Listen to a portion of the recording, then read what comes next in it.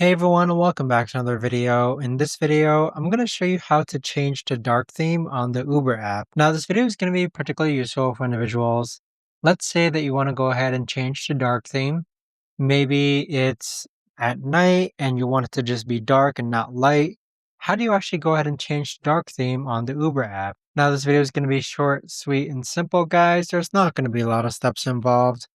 Now, in order to do this, what you're first going to do is log on to the Uber app. Next, click on Account on the bottom right hand corner, then scroll down and click on Settings. Now click on Appearance underneath Communication. And then this is where you can switch between light mode and dark mode or use the device settings. But there you have it, guys. That right there is the best and easiest way that I know of to actually go ahead and change to dark mode on the Uber app. If you guys know of a better, easier way to actually do this, let me know in the comments down below. I would love to know. Thanks so much for watching, everyone, and I'll see you guys all in the next video.